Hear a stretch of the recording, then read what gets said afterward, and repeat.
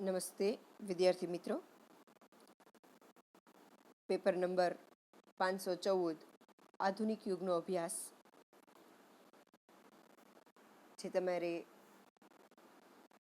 તૃતીય વર્ષમાં સેમેસ્ટર 5માં ભણવાનો છે તેમાં આપણે આગળ વધીએ.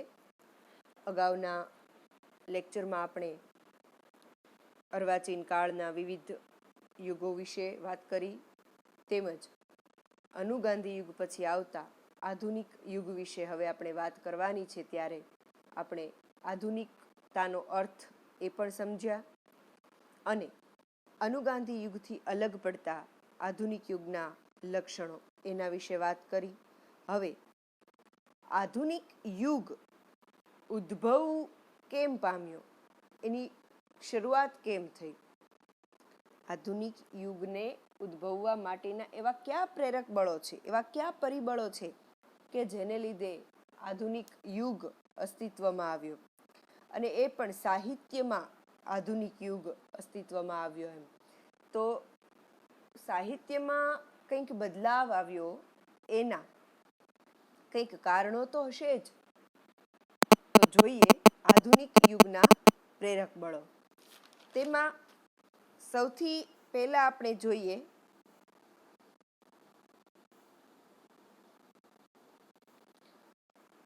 તો રાજકીય પરિબળો. રાજકીય પરિબળો કઈ રીતે આધુનિક યુગ ઉદ્ભવવા માટે જવાબદાર છે એ આપણે જોઈએ. તો ભારતમાં આપણે જાણીએ છીએ કે ગાંધીજી ઈસવીસન 1915માં દક્ષિણ આફ્રિકાથી પાછા ફર્યા ત્યારથી લઈ અને ભારતને સ્વતંત્રતા પ્રાપ્ત થઈ ત્યાં સુધી જે સમયગાળો રહ્યો એ આઝાદીની લડતનો રહ્યો, ચળવળનો રહ્યો.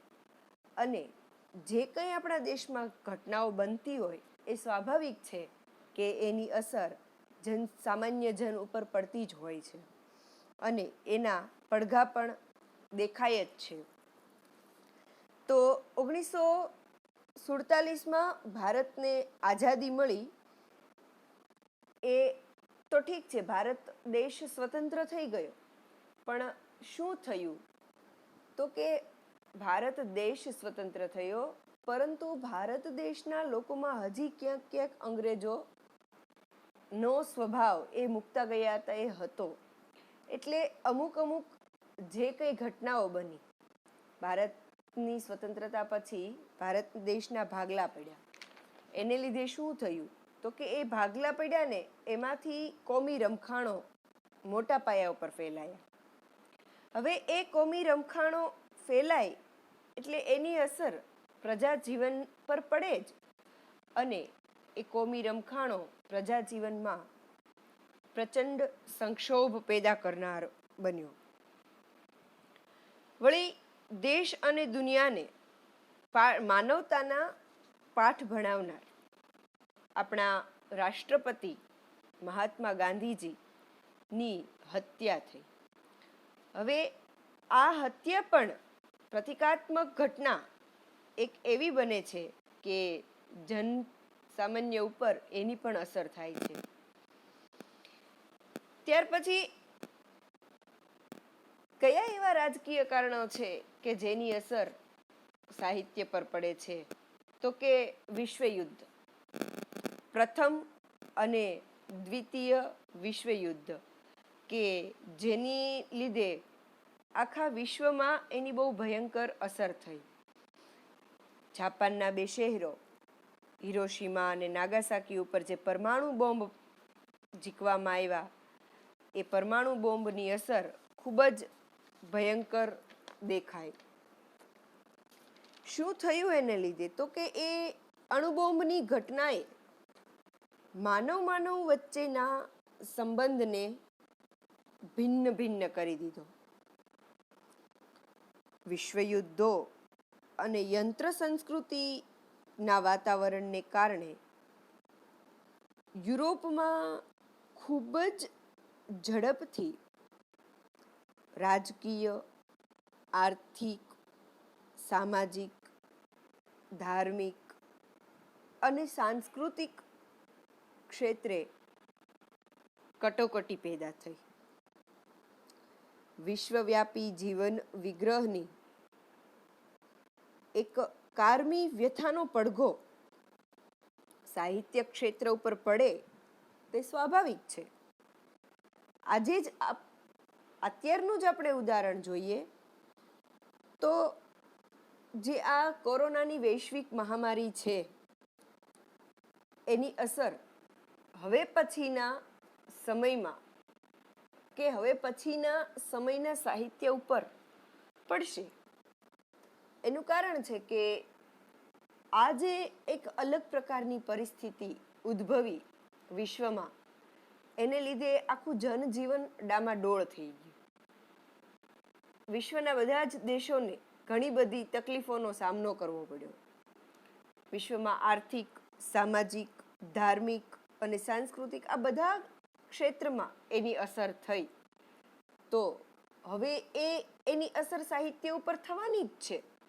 અત્યારથી જ આપણે ઘણા બધા એવા લેખ વાંચીએ છીએ કે કોરોના બધા અલગ અલગ બધા સેમિનારો જે થાય છે એમાં જોઈએ જ છીએ કે કોરોનાની સાહિત્ય ઉપર અસર, કોરોનાની આમના પર અસર, કોરોનાની તેના પર અસર.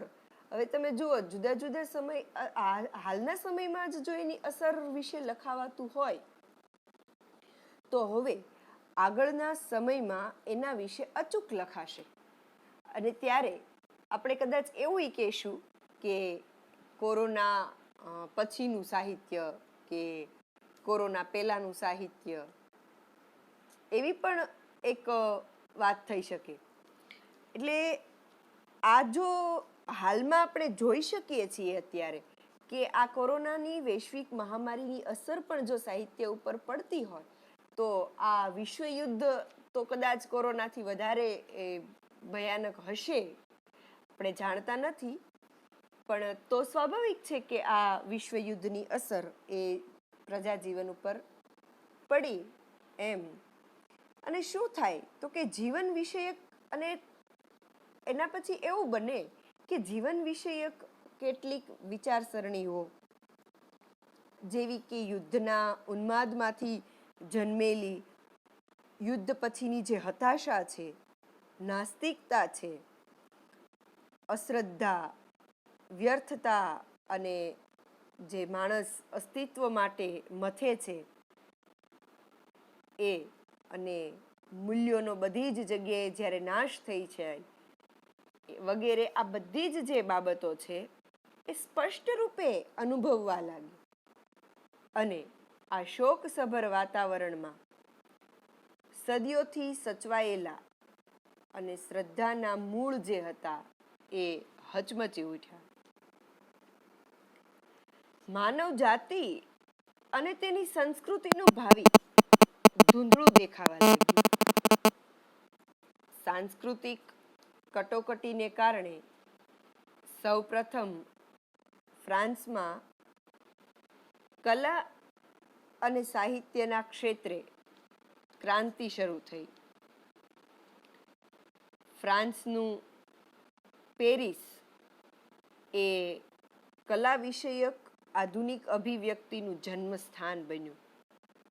અને જોત જોતામાં તો તે દેશ વિદેશના સીમાડાઓ ઓળંગીને વૈશ્વિક મુદ્રા ઉપસાવવામાં સફળ થયું. એમ આજે વિશ્વયુદ્ધો છે એની અસર પણ સાહિત્ય ઉપર પડી. એટલે રાજકીય પરિબળોમાં આપણે આ મુખ્ય 3 બાબતોને ગણાવી શકીએ કે ભારતમાં આઝાદીની લડત થઈ, ભાગલા પડ્યા ભારત દેશના, ત્યાર પછી રાષ્ટ્રપિતા ગાંધીજીની હત્યા થઈ અને પ્રથમ અને દ્વિતીય વિશ્વયુદ્ધો થયા. અને આ વિશ્વયુદ્ધોની જે અસર જનસામાન્ય પર પડી, જુદા જુદા ક્ષેત્રોમાં પડી અને પરિણામે સાહિત્ય ઉપર પડી. અને ધીમે ધીમે એ જે જનસામાન્ય હતું એ કેવું બનતું ગયું અને એની કેવી કેવી લાગણીઓ અને સંવેદનાઓ જે છે એ ધીમે ધીમે જે અલગ રીતે સાહિત્યમાં આવી અને એને જ્યારે આપણે આધુનિક યુગ એવું નામ આપીએ છીએ ત્યારે આધુનિક યુગના પરિબળમાં આ રાજકીય પરિબળ મહત્વનો ભાગ ભજવે છે. ત્યાર પછી છે વિજ્ઞાન અને યંત્ર ઉદ્યોગ. વિજ્ઞાન અને યંત્ર ઉદ્યોગનો પ્રભાવ એ જેમ વધતો ગયો એમ એમ નગર જીવન ઉપર એની અસર થતી ગઈ. પરિણામે શું થયું તો કે નગર સંસ્કૃતિ જ બદલાઈ ગઈ. આપણે જોઈએ છીએ કે શહેરોમાં વસ્તી ગીચતા વધારે હોય છે. સામાન્ય રીતે ગામડામાં જે વસ્તી ગીચતા હોય એના કરતાં શહેરોમાં વધારે હોય. પણ શું થાય તો કે એ ભરચક ભીડ હોય છે જે શહેરોની, એ ભીડમાં પણ માનવી એકલો અને અટુલો બની જાય. આ નગર સંસ્કૃતિને કારણે. વિજ્ઞાન અને યંત્ર ઉદ્યોગની અસરને કારણે યંત્ર નિર્ભર નગર જીવનનો જન્મ થયો અને આ નગર સંસ્કૃતિ એ આધુનિક સાહિત્યના ઉદ્ભવવા માટેનું એક મુખ્ય પરિબળ બની. એ કઈ રીતે તો કે આપણે જોઈએ કે વિજ્ઞાનમાં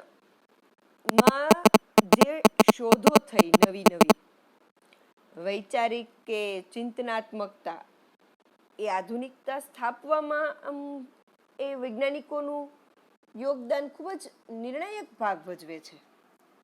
કોપરનિક્સ, ગેલેલિયો અને ન્યૂટનની જે ક્રાંતિકારી વૈજ્ઞાનિક શોધો હતી અને તેમના જે નવા નવા વૈજ્ઞાનિક સિદ્ધાંતો હતા એને લીધે શું થયું તો કે વિજ્ઞાનમાં તો શોધો થઈ પરંતુ વિજ્ઞાન છે એ ધર્મથી સ્વતંત્ર અને સ્વાયત્ત બનતું ગયું. પ્રારંભિક પરિવર્તન પછી 19મી સદીમાં જુદા જુદા ક્ષેત્રના જે ચિંતકો હતા અને વૈજ્ઞાનિકો હતા એ ચિંતકો અને વૈજ્ઞાનિકોએ આ આધુનિકતા ઘડવામાં ખૂબ જ મહત્વનો ફાળો આપ્યો છે. જો કે આધુનિકતાનું પ્રેરક બળ આમ તો યુરોપ છે. ઔદ્યોગિક ક્રાંતિ એમાંનું મુખ્ય પરિબળ છે. એને લીધે શું થયું તો કે નવી સંસ્કૃતિ અને નવો ઔદ્યોગિક સમાજ અસ્તિત્વમાં આવ્યો. હવે આ નવી સંસ્કૃતિ અને નવો ઔદ્યોગિક સમાજ અસ્તિત્વમાં આવ્યો તો શું થયું તો કે જૂની નગર સંસ્કૃતિની જગ્યાએ નવી નગર સંસ્કૃતિ અને એક નવો જ સમાજ અસ્તિત્વમાં આવ્યો. ત્યાં પણ ગ્રામ્ય વસ્તીનું નગરો અને મહાનગરોમાં સ્થળાંતર થયું. ખેતી અને પરંપરાગત રીતે જે ચાલતા વ્યવસાયો હતા એમાં પણ યાંત્રિક પદ્ધતિ દાખલ થઈ અને એ યાંત્રિક પદ્ધતિ દાખલ થતા એમાં પણ પરિવર્તનો આવ્યા. સીમિત ઉત્પાદન કરતા જે વ્યવસાયો હતા એની જગ્યાએ મોટા કારખાનાઓ, ઉદ્યોગો, યંત્રો સ્થપાઈ ગયા. આમ માનવીના જીવનને અસર કરતા કંઈ કેટલાય ક્ષેત્રોમાં ક્રાંતિકારી પરિવર્તનો આવ્યા. ક્યાંક હકારાત્મક તો ક્યાંક નકારાત્મક. આ બંને અસરો આ વિજ્ઞાને ઘડી. હવે આ બંને અસરોથી શું થયું તો કે તેનાથી માણસનું સગવડભર્યું જે ભૌતિક જીવન અસ્તિત્વમાં આવ્યું.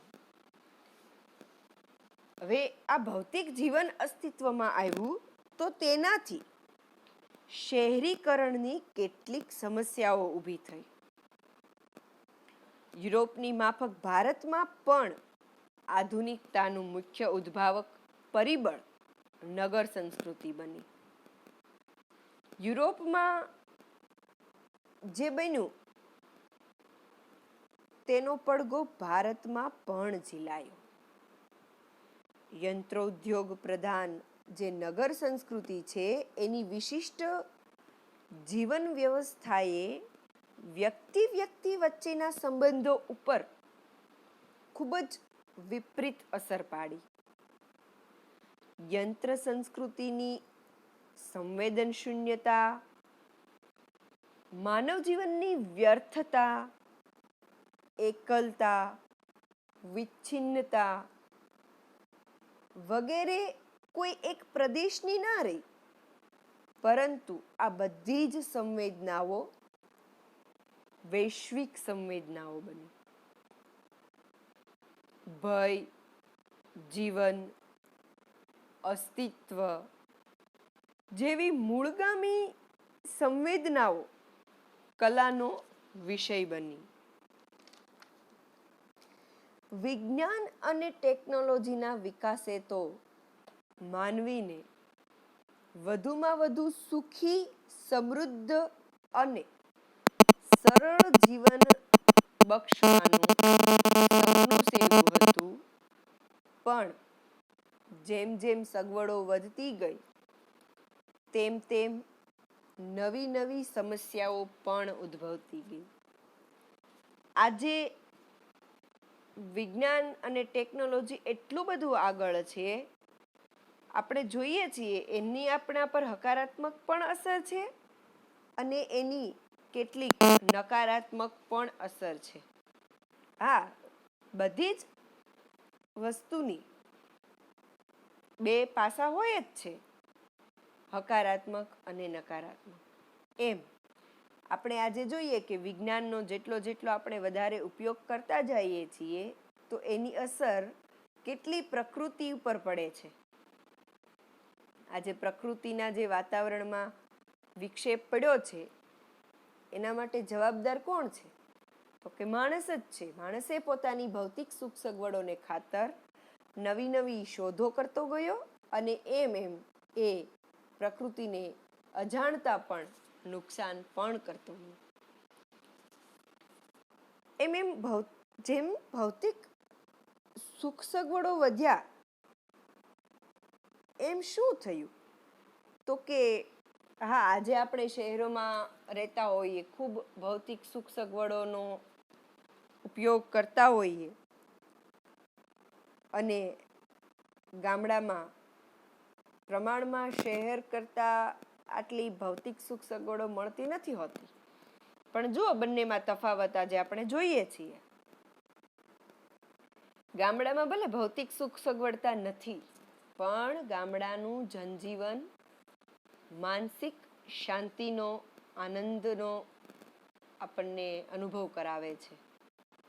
જ્યારે નગર સંસ્કૃતિ છે, શહેરમાં છે, ઘણી બધી ભૌતિક સુખ સગવડોનો ઉપયોગ કરતો હોવા છતાં જે માણસ એ માનસિક રીતે અશાંત છે, માનસિક શાંતિના ભોગે એ આ બધી ભૌતિક સુખ સગવડોનો ઉપયોગ કરે છે.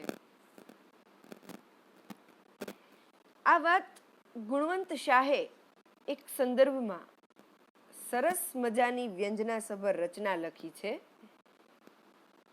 કે ઘરમાં રેડિયો સેટ છે, ટીવી સેટ છે, ટી સેટ છે, ડિનર સેટ છે, માત્ર એક હું જ અપસેટ છું. અનેક પ્રકારના સેટ વચ્ચે પણ અપસેટપણાનો અનુભવ કરતા માનવીની આંતરબાહ્ય સંવેદનાઓ અને સમસ્યાઓનું સ્વરૂપ જ બદલાઈ ગયું છે. વિજ્ઞાન અને ટેકનોલોજીના વિકાસે નગર સંસ્કૃતિને જન્મ આપ્યો છે, જેની વચ્ચે સ્વસ્થતા માનવીની સંવેદનાઓ અને સમસ્યાઓને સૌપ્રથમવાર ફ્રેન્ચ કવિ શાર્લ બોદલેરે તેમની કૃતિ દુરિતના પુષ્પોમાં કાવ્યસ્થ કર્યા છે. એ દૃષ્ટિએ શાર્લ બોદલેર આધુનિકતાના આદ્ય કવિ છે. આજે વિજ્ઞાન અને યંત્ર ઉદ્યોગ આપણે પરિબળ ગણીએ છીએ એ કઈ રીતે? તો કે જે વૈજ્ઞાનિક શોધોને લીધે ઔદ્યોગિક ક્રાંતિનો ઉદ્ભવ થયો અને પરિણામે નગર સંસ્કૃતિ આવી અને તેને લીધે જે માનવીના જીવનની જે સંવેદનાઓ છે એને સૌપ્રથમ ફ્રેન્ચ કવિ શાર્લ બોદલેરે પોતાની કૃતિ દુરિતના પુષ્પોમાં વ્યક્ત કરી છે. એટલે આપણે એ દ્રષ્ટિએ શાર્લ બોદલેરને આધુનિકતાના આદ્ય કવિ છે એમ કહીએ છીએ. એમાં એણે પેરિસ અને પેરિસની પ્રજાની આંતરબાહ્ય સમસ્યાઓ અને સંવેદનોના જે પ્રતિઘોષો એમાં પડ્યા છે એ પ્રતિઘોષોને આધુનિકતા તરીકે ઓળખાવવામાં આવી છે. આમ ઔદ્યોગિક ક્રાંતિને કારણે યંત્ર સંસ્કૃતિ અને નગર સંસ્કૃતિનો જન્મ થયો અને નગર સંસ્કૃતિએ આધુનિકતાને જન્મ આપ્યો.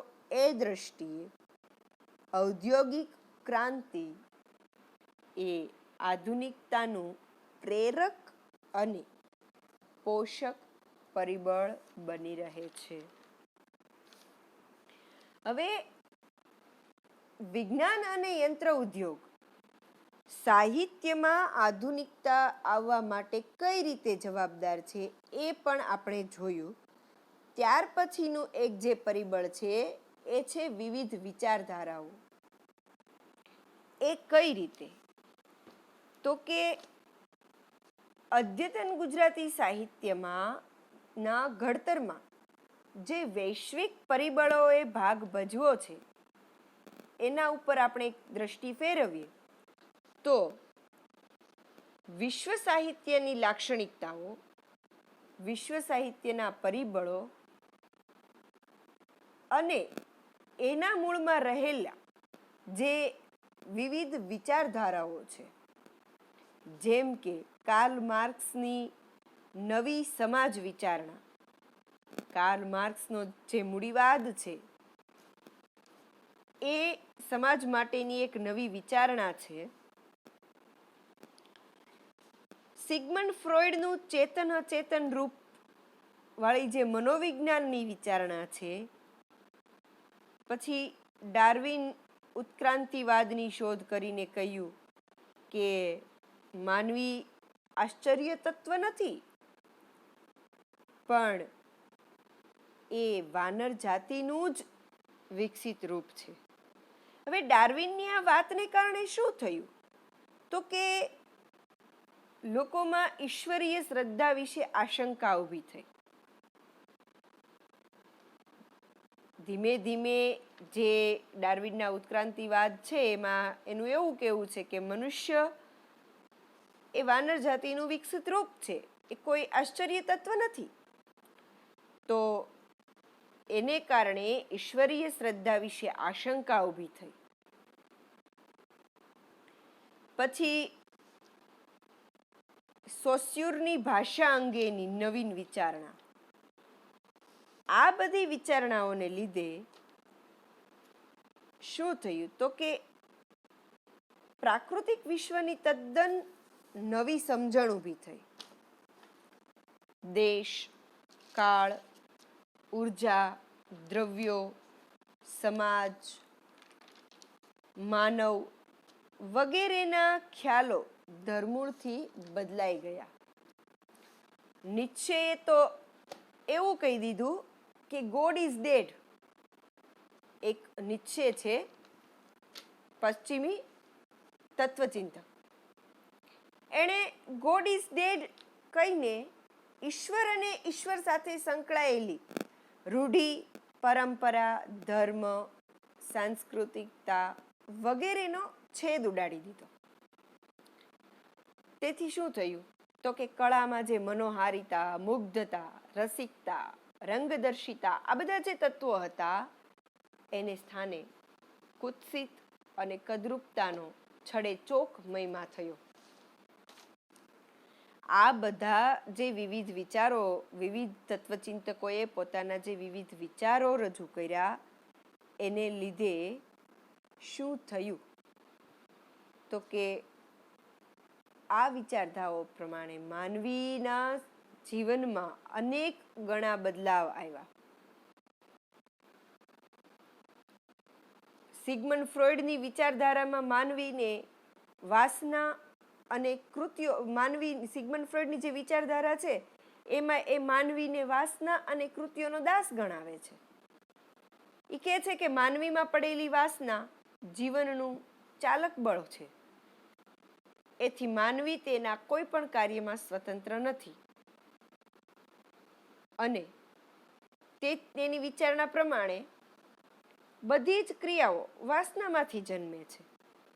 પરિણામે વાસના પ્રત્યેની સભાનતા વધે છે અને આ સભાનતાને કારણે સાહિત્યમાં અશ્લીલતા, સૂગ આ બધું ઘટે છે અને એ ધીમે ધીમે સાહિત્યમાં એનું નિરૂપણ થવા માંડે છે. અસ્તિત્વવાદનો મહિમા વધે છે. બીજા જે ચિંતકો છે, D S. Lawrence, Kafka, Eliot, S G. Wells, આ બધા વ્યક્તિઓની વિચારધારાનો પ્રભાવ પણ એ સાહિત્ય ઉપર પડે છે. અસ્તિત્વવાદની શરૂઆત થાય છે કે ઈશ્વરનું અસ્તિત્વ નથી, મનુષ્યનું અસ્તિત્વ છે, સ્વનું અસ્તિત્વ છે. ગ્રીક ઈશ્વરના અસ્તિત્વને નકારી એ ધાર્મિક મૂલ્યોનો હાસ કરે છે. માનવીમાં રહેલી ઈશ્વર પ્રત્યેની શ્રદ્ધાને એ તોડી નાખે છે અને એની અસર પણ, એની વિચારધારાની અસર પણ સાહિત્ય પર પડે છે. રિલ્કે, જીઓપોલ સાર્ત્ર આ બધાની કવિતામાં અસ્તિત્વવાદના દર્શન થાય છે અને ધીમે ધીમે આ બધી વિચારધારાઓ પણ સાહિત્યમાં આવે છે ત્યારે સાહિત્યમાં એક નવો જ યુગ શરૂ થાય છે જેને આપણે આધુનિક યુગ તરીકે ઓળખીએ છીએ. આમ રાજકીય ઉથલપાથલ, વિજ્ઞાન અને યંત્ર ઉદ્યોગ તેમજ વિવિધ વૈશ્વિક વિચારધારાઓ જે છે એની અસર વૈશ્વિક સાહિત્ય ઉપર પડી. તેને કારણે એ ધીમે ધીમે એ અસર ભારતીય સાહિત્ય ઉપર પડી અને ધીમે ધીમે એમાંથી ગુજરાતી સાહિત્ય ઉપર એ અસર પડી અને પરિણામે ગુજરાતી સાહિત્યમાં આધુનિક યુગનો ઉદય થયો. તો વિદ્યાર્થી મિત્રો, આજે જે આપણે તમારા સિલેબસનો બીજો મુદ્દો હતો આધુનિક યુગના પ્રેરક બળો એના વિશે વાત કરી. હવે પછીના લેક્ચરમાં આપણે આ જ યુનિટનો જે ત્રીજો મુદ્દો છે આધુનિક યુગની લાક્ષણિકતાઓ એમાં મળીશું. ત્યાં સુધી ઘરે રહો, સુરક્ષિત રહો અને ઘરેથી અભ્યાસ કરતા રહો.